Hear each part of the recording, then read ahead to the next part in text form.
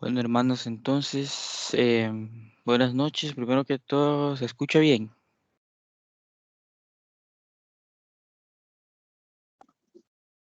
Sí, sí, sí.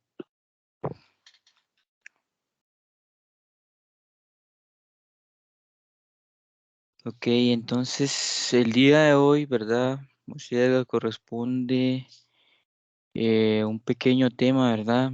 Pequeño porque está muy resumido, ¿verdad?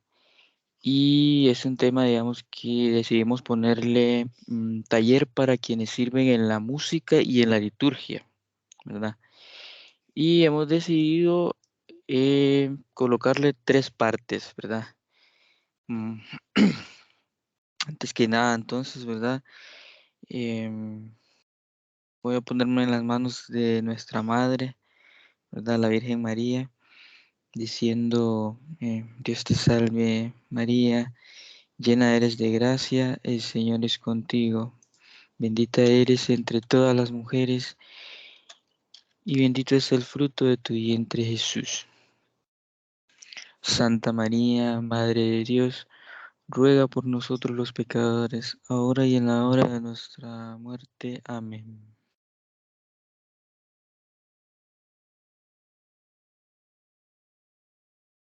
Entonces, como les estaba diciendo, ¿verdad? Este taller para quienes sirven en la música y en la liturgia, decidimos hacerle 3 partes, ¿verdad? Y la primera sería nosotros en la liturgia. Esa sería la primera, nosotros en la liturgia. Entonces, nosotros sabemos, ¿verdad?, que David es el salmista por excelencia, ¿verdad?, después de Jesucristo y de la Virgen María, ¿verdad? En David podemos descubrir mucho de lo que estamos llamados nosotros, ¿verdad?, que animamos, ¿verdad?, en las misas, lo que estamos llamados los salmistas y cantores a hacer, ¿verdad? Pero todo, ¿verdad?, comienza con un misterio, ¿verdad?, que es el misterio de la elección de Dios. ¿Por qué Dios me eligió a mí? ¿Por qué Dios te eligió a ti? ¿Ah?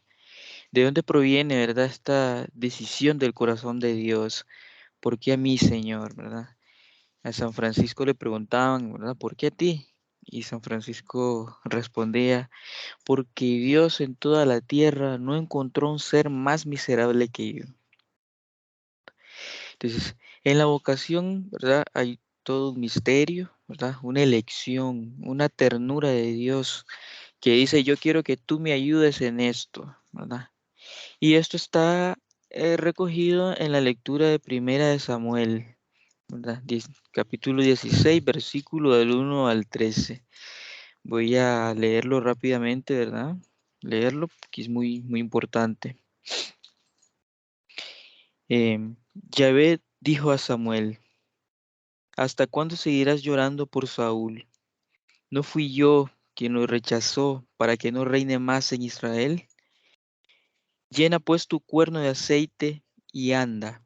Te envío donde Jesé de Belén, porque me escogió un rey entre sus hijos. Samuel respondió, ¿cómo podré ir? Si Saúl se entera me matará. Pero Yahvé le dijo, tomarás una ternera y dirás que has ido a ofrecer un sacrificio a Yahvé. Invitarás al sacrificio a Jesé, y yo te daré a conocer lo que tienes que hacer. Me consagrarás al que yo te mostraré. Samuel hizo como le había dicho Yahvé. Cuando llegó a Belén, los ancianos salieron temblando a su encuentro. Le dijeron, ¿vienes en son de paz? Sí, respondió, en son de paz. He venido a ofrecer un sacrificio a Yahvé. Purifíquense y vengan conmigo al sacrificio. Fue a purificar a Jesé y a invitarlo al sacrificio junto con sus hijos. Cuando entraron, Samuel divisó a Eliab y pensó, seguramente ese será el que Yahvé ha de consagrar. Pero Yahvé dijo a Samuel, olvídate de su apariencia y de su gran altura. Lo he descartado. Porque Dios no ve las cosas como los hombres. El hombre se fija en las apariencias, pero Dios ve el corazón. Jesé llamó a Abinadab y lo hizo pasar ante Samuel. Pero Samuel le dijo, este tampoco es el elegido de Yahvé. Jesed hizo pasar a Samá, pero Samuel le dijo, Yahvé tampoco lo ha elegido. Finalmente Jesé hizo pasar a sus 7 hijos ante Samuel, y Samuel decía a Jesé, Yahvé no ha elegido a ninguno de estos. Entonces Samuel dijo a Jesé, esos son todos tus hijos. Respondió, todavía falta uno, el menor, que cuida el rebaño. Samuel le dijo, mándalo a buscar, porque no nos sentaremos a la mesa hasta que no esté aquí. Fueron pues a buscarlos y llegó. Era rubio, con hermosos ojos y una bella apariencia. Yahvé dijo entonces, párate y conságralo. Él es. Samuel tomó su cuerno con aceite y lo consagró en medio de sus hermanos. Desde entonces y en adelante, el espíritu de Yahvé se apoderó de David. Por lo que respecta a Samuel, se levantó y se volvió a Ramá. Es palabra de Dios. Entonces, ¿verdad? No nos escogió el Señor por ser fuertes, ¿verdad? O grandes como los hermanos de David. ¿M? Tampoco nos escoges porque somos Superman o la Mujer Maravilla, ¿verdad? En el caso de las mujeres. Dios no nos escoge porque seamos los más capaces, ¿verdad? Los tremendamente buenos para cantar. No nos escoge por eso. ¿M? Entonces, ¿por qué nos escoge? Pues en esta historia que acabo de leer de David, Dios ve el corazón, ¿verdad? Y escogió al más pequeño de todos sus hermanos. Y si se dan cuenta, de hecho ni siquiera estaba invitado a la fiesta. Y menciona que estaba cuidando el rebaño. Entonces Dios quiso esperar y escoger al más pequeño, ¿verdad? Y es en esa pequeñez, ¿verdad? Donde se manifiesta el poder de Dios, que ama el fruto que nosotros podamos dar desde nuestra pequeñez. En esa pequeñez, ¿verdad? Si aquel muchacho de los 5 panes y 2 peces hubiera llegado con un tráiler lleno de peces y de pan, evidentemente no hubiese habido milagro ese día, ¿verdad? Sino que era necesario que hubiera esa pequeñez, ¿verdad? Que para que sucediera ese gran milagro de la multiplicación. Entonces, así cuando Dios te llama, cuando Dios me llama, no es porque seamos ante los ojos de los hombres el mejor, ¿verdad? El más capaz, sino porque Dios ve el corazón. Y ahí es donde radica la elección de Dios por ti, de Dios por mí, ¿verdad? Y la elección eh, de Dios también. Tener una vocación, ¿verdad? Implica 3 cosas. Primero es el llamado de Dios, ¿verdad? Ese todo lo tenemos. A Dios nos llama a todos. Pero también tener cualidades. Y obviamente las tenemos, ¿verdad? Entonces, ¿de qué depende, ¿no? esta elección? Depende únicamente de nosotros, ¿verdad? Dice la palabra de Dios, muchos son los llamados y pocos son los escogidos.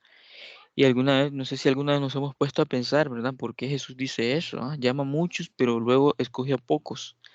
Entonces podemos pensar incluso que es raro, ¿verdad? Pero en realidad la elección está en la respuesta. Dios llama a muchos y a aquellos a quien le responden, Él los escoge. Mira que estoy a la puerta y llamo, y a quien me abre entraré y cenaré con Él. Ahora, eh, este llamado, ¿verdad? De Dios también implica una conversión, implica un cambio en nuestra vida, ¿verdad? Un cambio de rumbo, no como aquel muchacho, ¿verdad? Que le preguntaba a Jesús, ¿qué debo hacer para ganar la vida eterna? ¿Y qué es lo que le faltaba a este muchacho?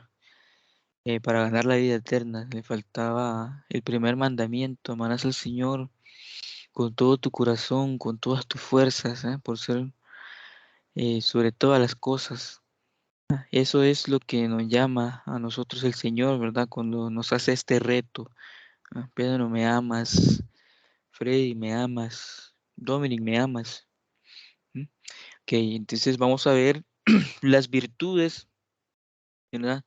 Que tenía David, ¿verdad? Se dice que había un espíritu malo que molestaba y atormentaba a Saúl. Entonces pensemos en un espíritu maligno, de opresión, que le hacía daño. Bueno, Entonces, en Primera de Samuel, ¿verdad? Le recomiendan buscar a alguien que cante para que con el poder espiritual de la música el maligno se vaya. He visto un hijo de Jesé, belemita, que sabe tocar, es fuerte y valeroso, es buen guerrero, de palabra amena, de agradable presencia, y Dios está con él. Entonces vamos a desglosar cada una de estas virtudes, ¿verdad? Y la primera es, sabe tocar, o sabe cantar bien.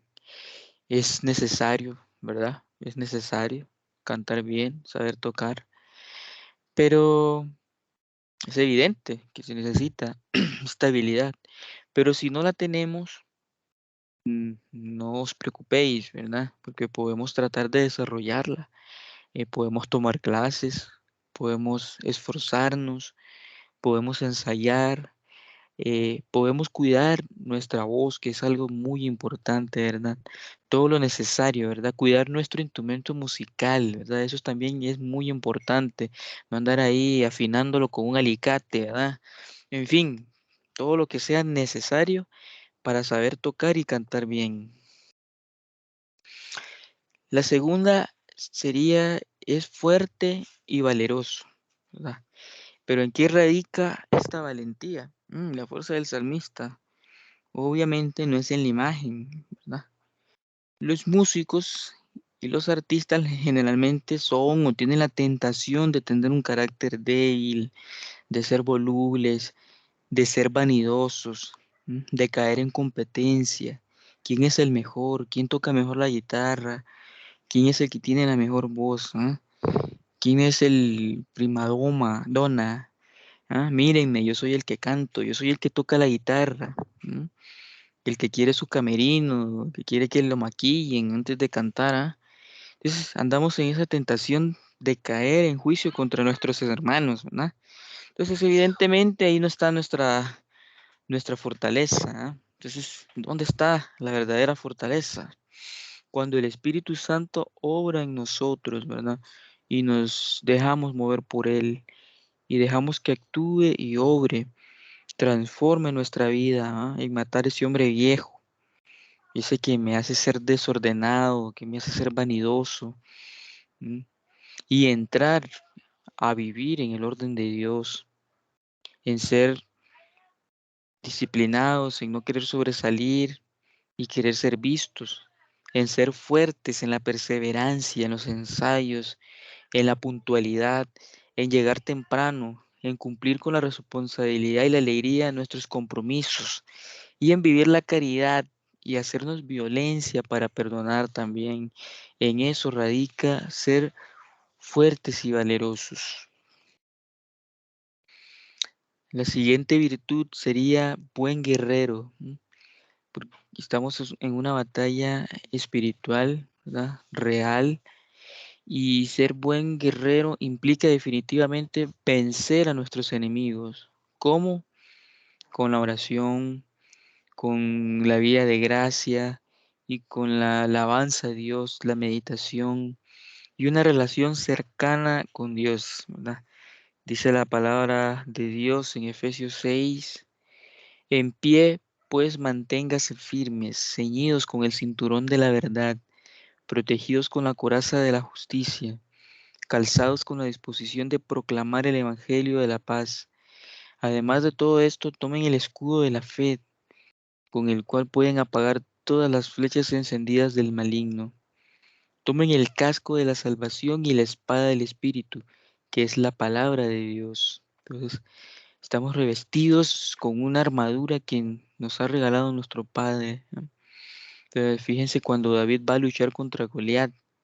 David está enardecido por pelear contra el filisteo y le tratan de poner la armadura de Saúl, ¿verdad? Que es un hombre alto, de buena figura. Imagínenselo ahí bien pompeado, levanta pesas, como dicen. Y David era chiquitito, ¿verdad? El menor. Y obviamente esa armadura no le sirve, no le queda. Pero ¿cómo va vestido David? Va vestido con la armadura de Dios. Solo va con una piedra y una honda. Yo vengo contra ti con el poder de Dios, de los ejércitos, le dice. Entonces, en eso consiste ser buen guerrero, saber también el poder espiritual que tiene la música, ¿m? Y que no podemos ejercer ese poder si no estamos en gracia de Dios, si no tenemos integridad de vida, si no cantamos o como oramos, es decir, en espíritu y en verdad. Si nos metemos a la batalla espiritual y no tenemos estos dos elementos, entonces corremos mucho peligro, ¿verdad? La siguiente virtud, ¿verdad? Es sabiduría y palabra amena. David hizo mucho durante su reinado y eso habla de una gran sabiduría.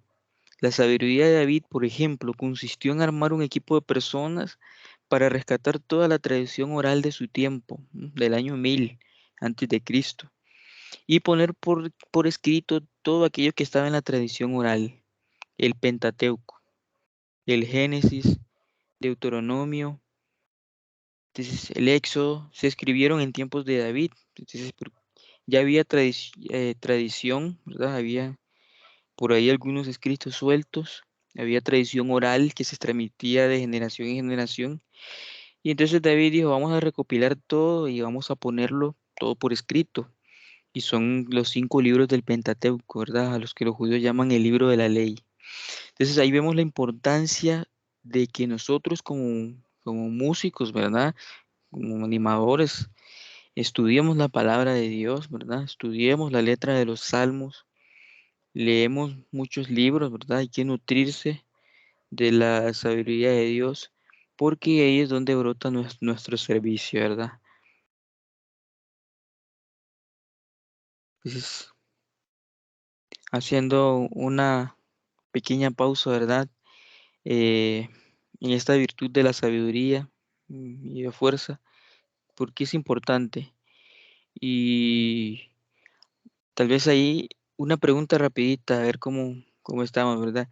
A ver, ¿quién me podría decir cuál es el primer canto que se compone en el Nuevo Testamento?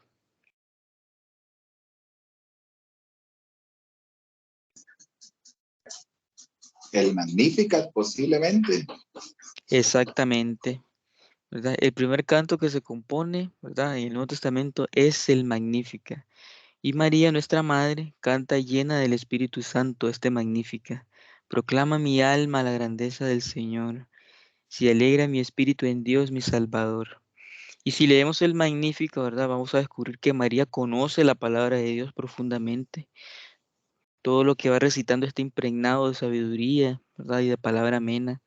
Entonces María se nos revela como estudiosa de la palabra de Dios y además llena del Espíritu Santo, porque lo plasma en el misterio que ella misma está viviendo, ¿verdad? Entonces es un ejemplo para nosotros cuando viene un momento así tan especial. Si hemos estudiado nuestra música, nuestro canto, entonces va a tener más profundidad. La siguiente virtud, ¿verdad? Es de agradable presencia. ¿Y en qué consiste esto? ¿Verdad? Obviamente no es en me voy a esconder para que no me vean. Ya, es importante, ¿verdad? Que una comunidad, ¿verdad? Que un grupo que está animando se decidan porque todos se vistan iguales, ¿verdad? Porque esto obviamente es una expresión de honor, ¿verdad? De respeto, de que queremos cantar a una sola voz. Entonces también mostrar unidad en la forma en que nos vestimos, ¿verdad? Y no solamente es eso, sino que otros elementos que forman parte de agradable presencia, que son más visuales, ¿verdad? Generalmente en el rostro, desde dónde llego, a qué hora llego, si llego temprano, ¿verdad? Si vengo o no vengo resurado, los gestos, ¿eh?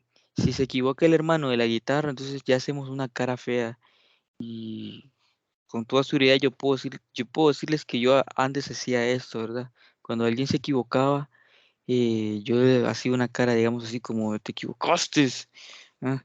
¿Verdad? Y cuando hacemos esto, bueno, de verdad se los digo, creemos que la gente no nos está viendo, pero que va, sí nos ven, ¿verdad? O a veces atendemos el teléfono ahí, aló, no, ahorita estoy en misa, no te puedo atender, ¿verdad? Ahora no, ya. En todas estas cosas está la agradable presencia. Y recalcar esto, ¿verdad? Que es muy importante. A veces pensamos que la gente no nos está viendo, pero que va, sí nos ven. Y por ahí he escuchado yo que por eso también a veces los coros están como en la parte de atrás, eh, en las iglesias, como para no, em, que la gente no caiga, ¿verdad? Para no distraer también. Entonces hay que vivir, ¿verdad? Con devoción la Santa Misa, ¿verdad? Con la conciencia de que nos pueden estar viendo, ¿verdad? ¿Ah? Porque la gente no solo nos escucha, como decíamos, sino que también nos ve. ¿Ah?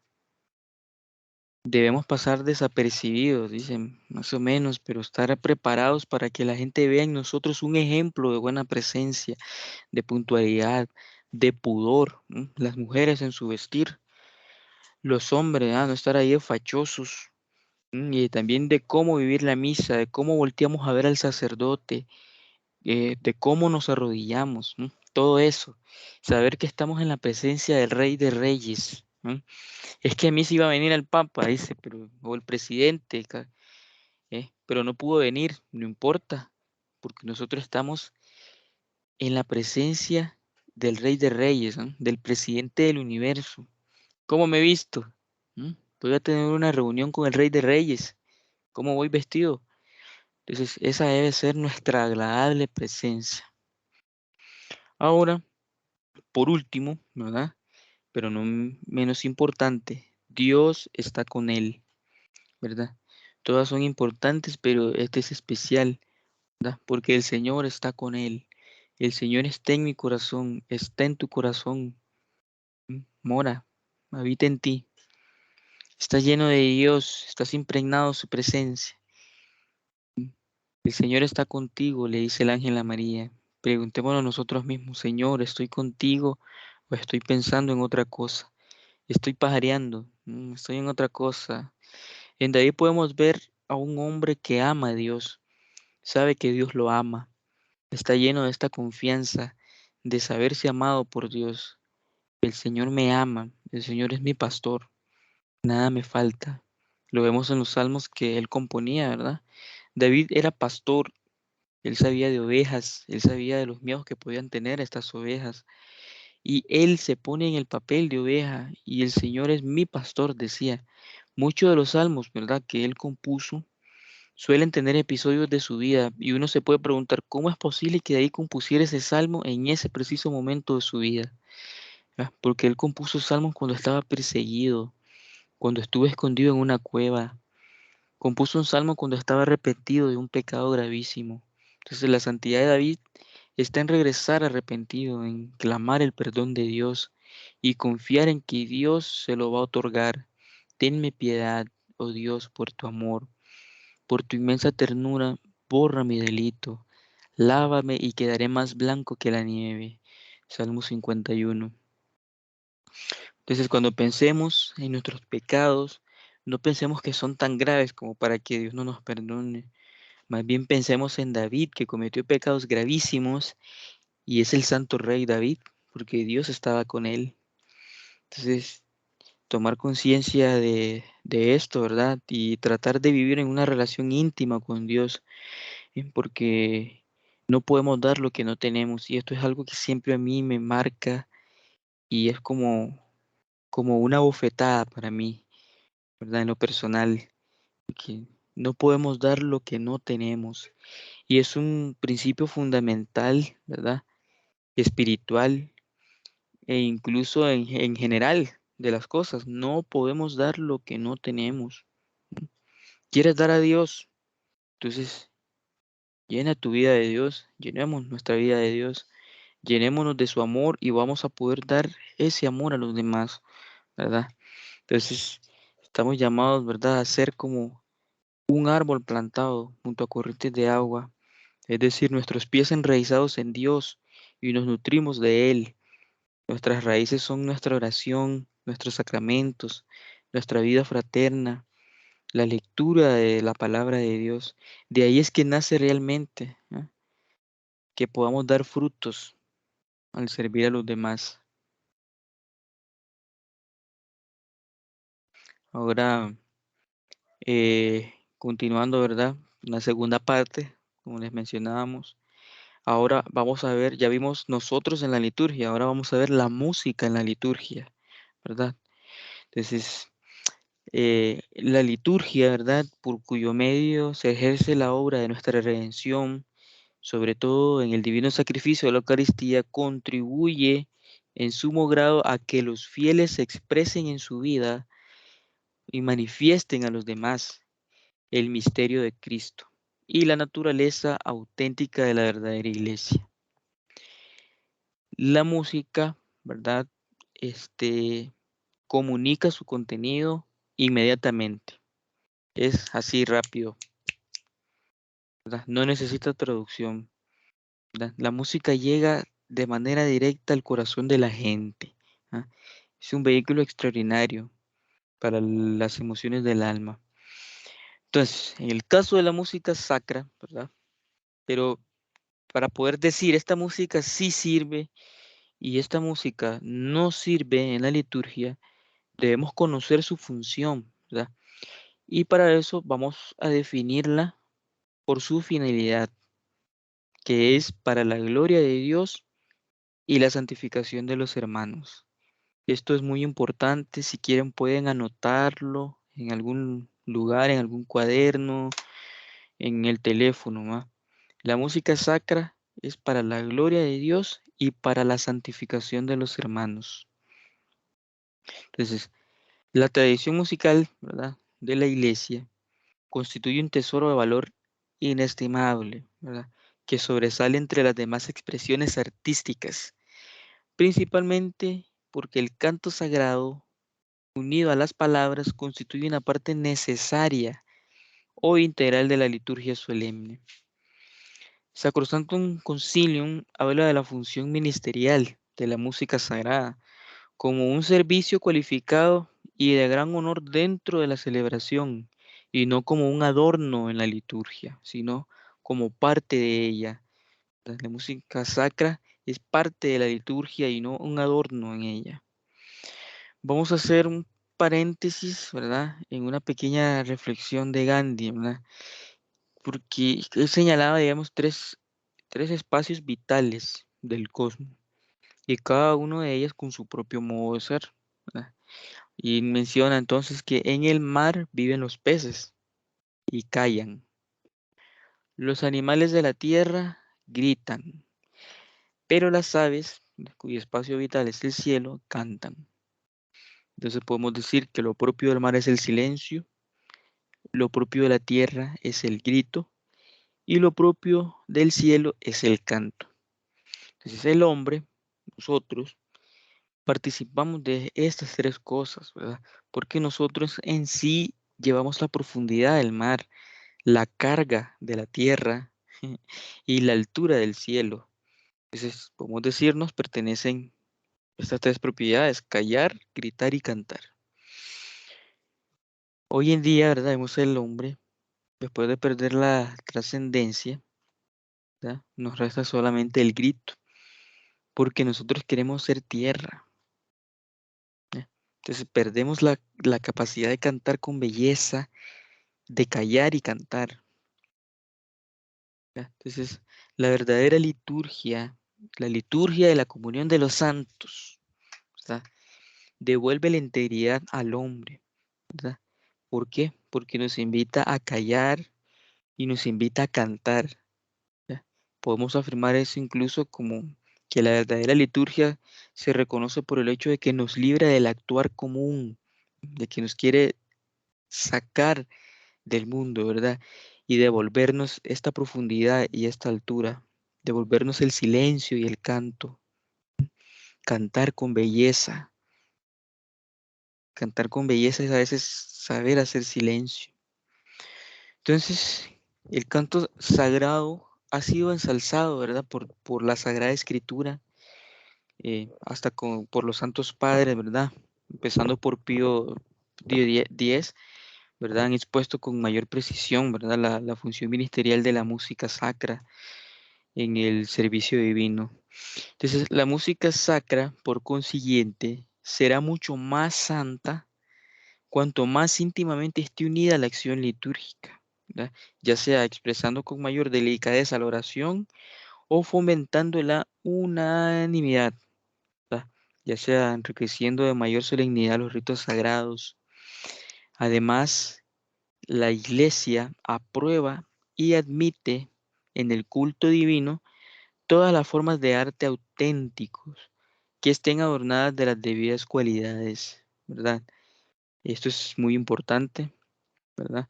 Porque la Iglesia aprueba y admite en el culto divino todas las formas de arte auténticos que estén adornadas de las debidas cualidades. Ojo, ¿verdad? Dice que admite todas las formas, ¿verdad?, de arte, pero siempre y cuando estén adornadas, ¿verdad?, de las debidas cualidades. Entonces, el Sacrosanto Concilio, ¿verdad?, manteniendo las normas y preceptos de la tradición y disciplinas eclesiásticas, ¿verdad?, Eh, y atendiendo, ¿verdad?, la finalidad de la música sacra, que dijimos que era para la gloria de Dios y para la santificación de los fieles, establece lo siguiente. La acción litúrgica, ¿verdad?, reviste una forma más noble cuando los oficios divinos se celebran solemnemente con canto, y en ellos intervienen ministros sagrados y el pueblo participa activamente. Se conservará el uso de la lengua latín en los ritos latinos, salvo derecho particular.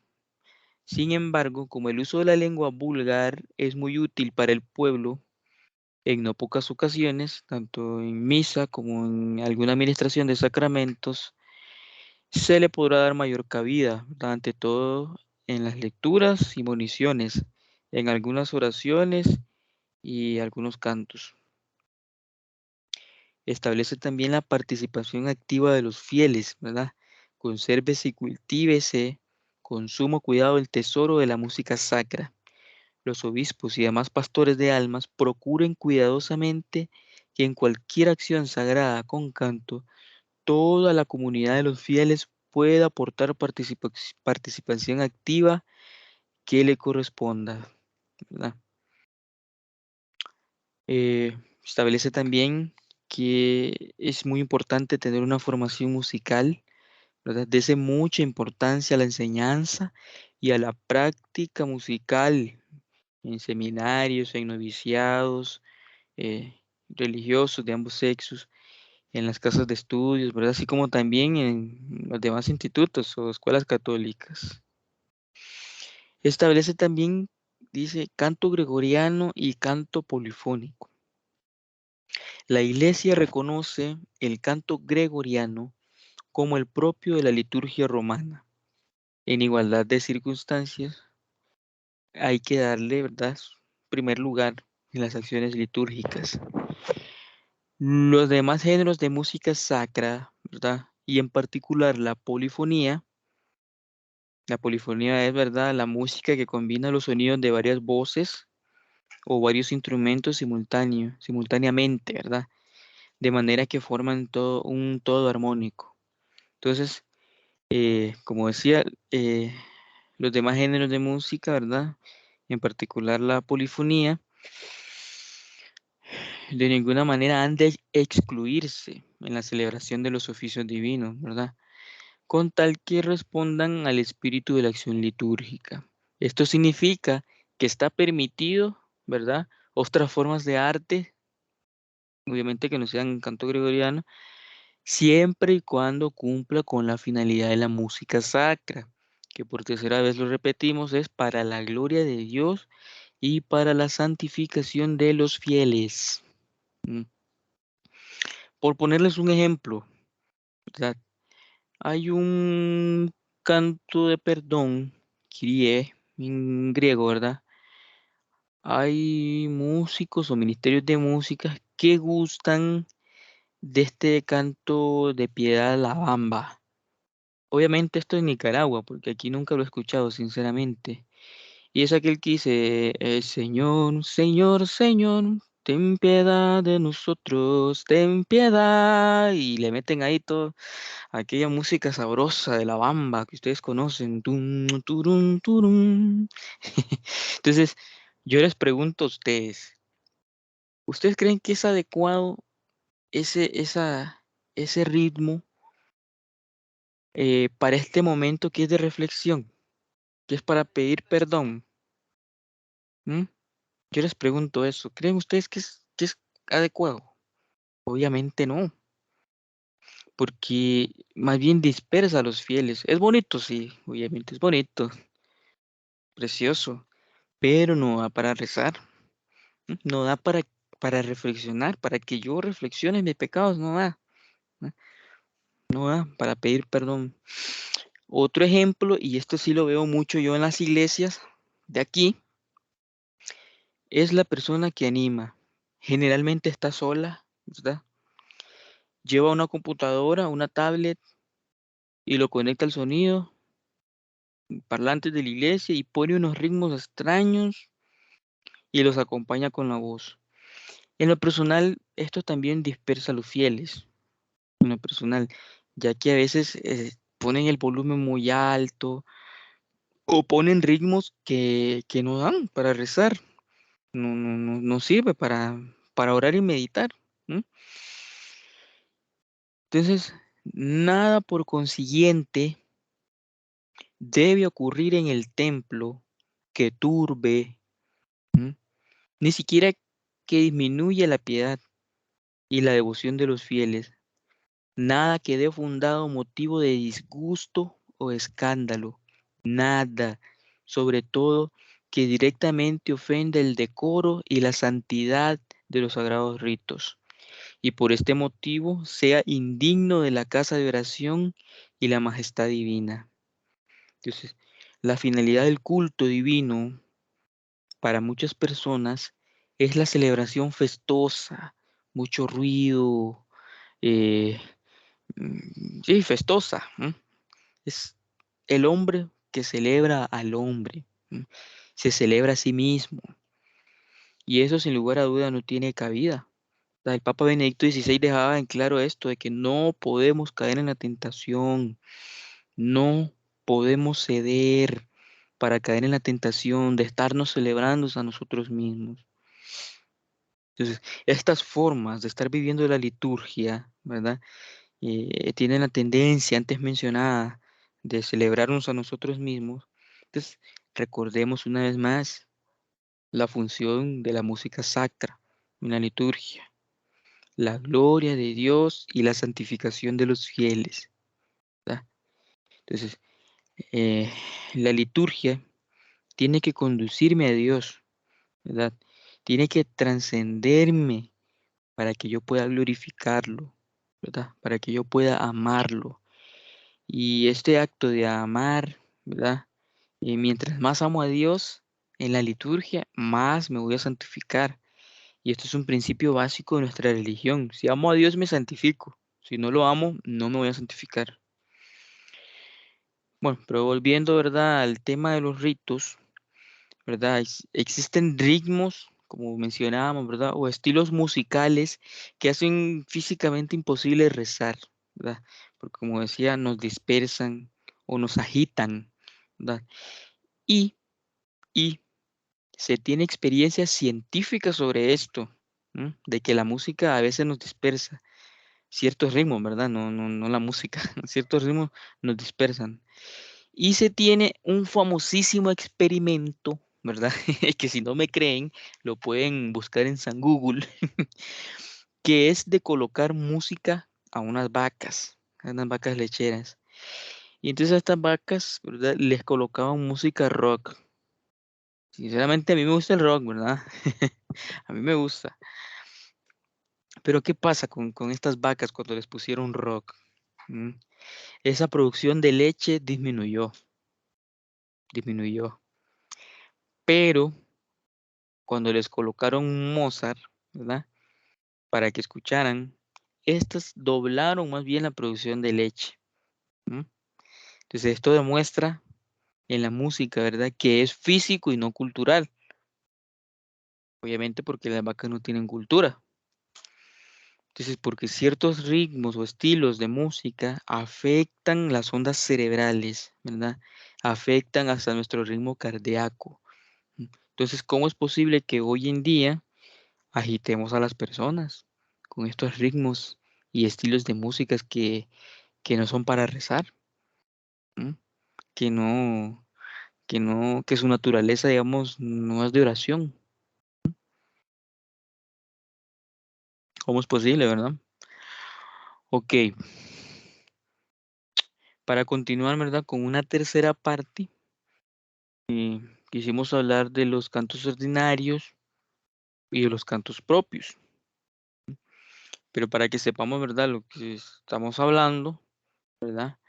De estas expresiones, vamos a describir entonces brevemente, ¿verdad? Lo que significa exactamente, ¿verdad? Y en qué se diferencian unos cantos de otros. Entonces, los primeros son los cantos propios de la misa, que en latín serían propium. Estos son los cantos que varían según la fecha, ¿verdad? Propia del día, ¿verdad? En el año litúrgico o en algún otro evento, ¿verdad? Como por ejemplo la fiesta de un santo. Entonces, repito, los cantos propios de la misa son los que varían según la fecha. Y estos contrastan con los cantos ordinarios de la mísica, de la misa, ya que estos no cambian, ya, estos no cambian ni por fecha ni por ningún evento, ¿verdad? Por mencionarlos, ¿verdad? Los cantos propios de la misa, tendríamos, por ejemplo, el canto de entrada. Y comenzamos con este, ¿verdad? No porque sea, digamos, como el más importante de la celebración, sino porque cronológicamente es el primero. Este canto, ¿verdad? Forma parte de los ritos iniciales de la misa, ya que acompaña la procesión de entrada del celebrante y de sus ministros. ¿Y cuál es la finalidad? Hacer que los fieles reunidos se unan y construyan una comunión y se dispongan debidamente a escuchar la palabra de Dios y a celebrar dignamente la Eucaristía. El siguiente canto sería el Salmo responsorial, ¿verdad? Que es la respuesta a la palabra proclamada. El Salmo responsorial es una oración que se recita en el transcurso de la misa entre la primera y la segunda lectura, ¿verdad? Los salmos fueron compuestos para ser cantados, ¿verdad? Si bien actualmente son recitados en la mayoría de las iglesias, lo ideal sería que los cantáramos, ¿verdad? Em, Recuerdo que cuando nos correspondió dar el tema de la alabanza en un retiro, nosotros teníamos una actividad entre la charla, teníamos una dinámica, pero no se pudo hacer por asunto de tiempo, me acuerdo yo. Pero esa dinámica que nosotros teníamos, yo sé que les hubiera gustado. Era sencilla y una vez el padre Javier lo hizo con nosotros en la escuela de misión, que era tomar nuestra Biblia, abrir un salmo y cantarlo, ¿sí? Nosotros crear la melodía. Esa era la dinámica que nosotros teníamos. ¿M? Y, y eso era, ¿verdad? La dinámica y espero que en algún momento podamos hacerla, ¿verdad? Porque yo siento que sería bonito. Yo a alguien le he comentado a la semana pasada, ¿verdad? Que dependiendo del salmo uno podría como definir la melodía, ¿verdad? Por ejemplo, hay salmos que son de perdón, ¿verdad? Entonces una melodía ahí como, sí, como de reflexión. Si acompañamos con la guitarra, le decía yo, acordes menores, por ejemplo, para sacar la melodía, en mi menor, re menor. Si es un canto, por el contrario, de alabanza, de alegría, entonces usamos acordes más alegres, como mi mayor, la, ¿verdad? Y así, creamos nuestra melodía, la cantamos nosotros así, ¿verdad? Eh, Siguiente, ¿verdad? Sería la aclamación antes del Evangelio, ¿verdad? Es la celebración de la llegada de Jesucristo entre nosotros por medio de su palabra, y esta puede ser proclamada por el diácono o el sacerdote. La instrucción de rito va más allá, ¿verdad? Y dice que la aclamación es una declaración de credo, una declaración de fe en Jesús. Ojo con esto, porque dice que los versículos se deben elegir del leccionario, ¿verdad? Ya sea el prescrito del día o de la temporada, ¿verdad? ¿Qué quiere decir esto? Que quiere decir que no, a veces nosotros, y de uno de ustedes de hecho lo mencionaba la vez pasada, que cuando cantamos, ¿verdad? El aleluya, por ejemplo, el canto es aleluya, ¿sí? Aleluya. Y a veces nosotros hacemos un canto que dice otras cosas, ¿verdad? No recuerdo en este momento un ejemplo. Ay, hay un canto de Gesed, pero no recuerdo que tiene un aleluya. Toda la tierra te alaba, exulta la tierra y el mar. Y al final dice aleluya, aleluya. Ve, entonces, no es correcto, ¿verdad? Luego tenemos el ofertorio, ¿verdad? Y con este ritmo preparamos lo necesario para la liturgia eucarística, ¿verdad? Que es, presentamos los dones, ¿verdad? La creación para el sacrificio eucarístico. En la misa, en efecto, hay un ofertorio, pero no está en el momento en el que se colocan sobre el altar los dones del pan y del vino, ¿verdad? Nosotros en la Eucaristía no ofrecemos pan y vino a Dios. Sería absurdo. ¿No? Nosotros lo que le ofrecemos a Dios es lo que Él nos ha dado, el cuerpo y la sangre de su Hijo Jesucristo. Es verdaderamente presente en las especies del pan y el vino. Por eso el auténtico ofertorio de la misa se encuentra en la plegaria eucarística, justo después del relato de la institución, la consagración. Cuando decimos, por ejemplo, que al celebrar el memorial de la muerte y resurrección de tu Hijo, te ofrecemos el pan de vida y el cáliz de salvación. Em, estos cantos de ofertorio, ¿verdad? Pueden ser también cantos de meditación, cantos, cantos de entrega, de confianza al Señor. Luego tenemos el canto de la comunión, ¿verdad? Y su función, ¿verdad? Es acompañar a que los que se acercan a la comunión, ¿verdad? Su función es acompañar a los que van a tomar la comunión, ¿verdad? Su tema está casi siempre en relación, ¿verdad? Con el sacramento que se distribuye en el momento, ¿verdad? Se trata de sintetizar la liturgia de la palabra y la liturgia eucarística. Este canto empieza, obviamente, al empezar la comunión.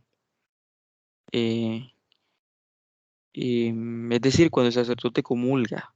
Ese es el momento que se debe hacer un canto, ¿verdad? Para que la asamblea eh, comience a meditar, ¿verdad? Cuando el sacerdote comulga, incluso es el momento en que nosotros podemos sentarnos, o sea, o sentarnos o ir a hacer, a hacer fila, ¿verdad? Entonces, entonces decíamos, ¿verdad? Es un canto que nos debe ayudar a meditar, ¿verdad? A tener este encuentro con Dios. Aquí no es necesario que la asamblea participe, no es necesario que la asamblea conozca el canto, no es necesario, ¿verdad? Puede ser nada más cantado por el coro, ¿verdad? Mm, O alternándolo, coro y asamblea, ¿verdad? Este, cantarlo, ¿verdad? Mientras se va a comulgar parece lógico, ¿verdad?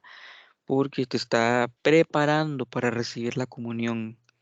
Ojo con esto, ¿verdad? Cantar mientras vamos a recibir la comunión, ¿verdad? Ya cantarlo después de que la gente comulgue, ya tal vez ya no sea tan adecuado, ¿m? Porque es el preciso momento donde la gente ocupa entrar en el interior de ellos mismos. Yo ocupo entrar en mi interior, ¿verdad? Para conversar con Dios, para rezar con Él, ¿verdad? Darle gracias por la comunión recibida. Entonces, el canto de la comunión, ¿verdad? En ese momento no puede ser de mucha lluvia, de ayuda. Entonces, es recomendable, ¿verdad? Dejar un tiempo de silencio luego de la comunión. Los cantos ordinarios de la misa, ustedes los conocen, ustedes son fieras, ¿verdad? Es el texto, ¿verdad? De la misa que generalmente no cambia, ¿verdad? Contrasta con los propios de la misa, ¿verdad? Como mencionábamos antes, que obviamente sí cambia la letra todos los días, incluso por alguna fiesta de un, de un santo, o hay cantos, ¿verdad? Que hablan eh, mm, de lo que se leyó en el Evangelio, por ejemplo. Entonces, la iglesia afirma que el ordinario de la misa tiene que ser privilegiado, ¿verdad? Su elección debe ser hecha por un periodo de tiempo bastante largo, ¿verdad? Largo. Eh, Esto quiere decir, ¿verdad? Que saber escogerlos. Esto eh, es porque necesitamos saber si son litúrgicos, si no son litúrgicos, ¿verdad? Si asumen, digamos, esa categoría de cantos propios. ¿M? Entonces, cada tiempo litúrgico, ¿verdad? Tendrás su música, tendrá su color, ¿verdad? Por ejemplo, tendrá por ejemplo, Adviento, eh, ¿cómo se llama? Mm, Navidad, Cuaresma. Entonces, estos cantos, ¿verdad? Tienen un texto fijo, ¿verdad? Independientemente del día de la fiesta, pero hay que saberlos escoger. Eh, Primero sería Kyrie eleison, Señor ten piedad, ¿verdad? Que es una fórmula griega en cual los fieles aclaman a su Señor implorando su misericordia. Este canto hoy en día, ¿verdad? Situado al principio de la misa como un rito penitencial, prepara a los fieles a la celebración del ministerio eucarístico. Em, Como decíamos, ¿verdad? Saberlos escoger, eh, recordarles el ejemplo que pusimos al principio, ¿verdad? De no escoger algún ritmo que no, que no nos ayude, ¿verdad? A meditar, a reflexionar. Entonces, eso, ¿verdad? Decía, saber escogerlos. Luego tenemos el canto del Gloria, ¿verdad? Este se remonta al siglo II, ¿verdad? En la liturgia romana. Inspiración original basada en los textos, ¿verdad? Utilizado en las grandes fiestas, ¿verdad? Del año y en todos los domingos. Igualmente, al igual que él quería, ¿verdad? Saber escogerlos, ¿verdad? Buscar traducciones adecuadas, por ejemplo. Tenemos también el Santus Benedictus, ¿verdad? Comienzo de la plegaria eucarística, canto del Santus o Santo, ¿verdad? El canto del Santo, que nos introduce, ¿verdad? Al gran recitativo del prefacio. Se llama Himno de los Serafines, que oyó en el templo de Jerusalén el profeta Isaías. Invita a la iglesia de la tierra a unirse a la liturgia del cielo, ¿verdad? Igualmente, sí, para todos estos cantos, ¿verdad? Nada más eh, cuidarlos, ¿verdad? Que sean fieles, ¿verdad? A la letra. Hay cantos, por ejemplo, en ese libro de animación litúrgica que hicimos Dominic, Richard y yo, hay cantos ahí que no deberían de estar, ¿verdad? Porque realmente no se apegan a la letra. Y como tengo tiempo de no cantarlo, sinceramente no recuerdo muy bien la letra. Pero creo que uno de nosotros, ¿verdad? Lo cantó en una Eucaristía en el convento. Y es precioso, es lindo, es de nuestra tierra, Nicaragua, pero lamentablemente no es litúrgico. Es Sí, el santo nicaragüense creo que se llama. Luego tenemos el canto de Agnus Dei, ¿verdad? Cordero de Dios. Es el canto, ¿verdad? Que acompaña la fracción del pan que acaba de ser consagrado, ¿verdad? Que interviene en algunos momentos antes de la distribución de la comunión de los fieles. Así los asistentes aprovechan el espacio que hay entre la consagración y la comunión para saludar con homenaje y súplica humilde a Él, a Dios, quien se ha hecho presente para nosotros bajo la apariencia de pan, ¿verdad? Em, Esto sería todo, ¿verdad? Por hoy. Eh, en estos transcurso del día yo les voy a compartir un link muy bueno que encontré que tiene una lista como de 150 cantos que no deberíamos cantar y tocar en la Eucaristía, ¿verdad? Yo cuando vi la lista me asusté, sinceramente se los digo, porque vi cantos ahí que nosotros estamos haciendo. Hay cantos no solamente nosotros, en las iglesias, cuando vamos a misa, hay cantos ahí que se están haciendo y que no deberían de ser cantados. Y esta página me gusta mucho porque, o sea, no solo menciona el canto, sino el por qué no debemos cantarlos, ¿verdad? Obviamente yo no los menciono aquí porque, o sea, Dios guarde, se imaginan, son, son 150 o más. Entonces, no, mañana hay que bretear, dijo Edgar, ¿verdad? Entonces, bueno, no, yo creo que por aquí estaríamos y como les dije, yo les comparto, ¿verdad? Este link para que ahí nos podamos eh, ver y, y sacar de nuestro repertorio, ¿verdad? Cantos que estén ahí en esa lista. Bueno, esto sería todo. Si tienen preguntas o algún comentario, si creen que les sirvió este tema. mm, En lo personal a mí, sinceramente se los digo, me lo estoy dando a mí mismo este tema, ¿verdad? Porque hay partes que obviamente ahí me dan una cachetada en la cara, cachetada de ida y regreso, con la palma y con la parte de atrás de la palma. Sobre todo esa parte que me marca mucho a mí en lo personal, que es de que no podemos dar lo que no tenemos. Esa parte me impacta a mí.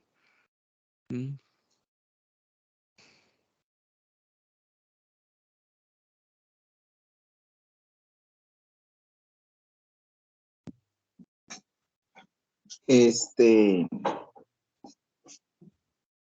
Bueno, primero que todo, ¿verdad?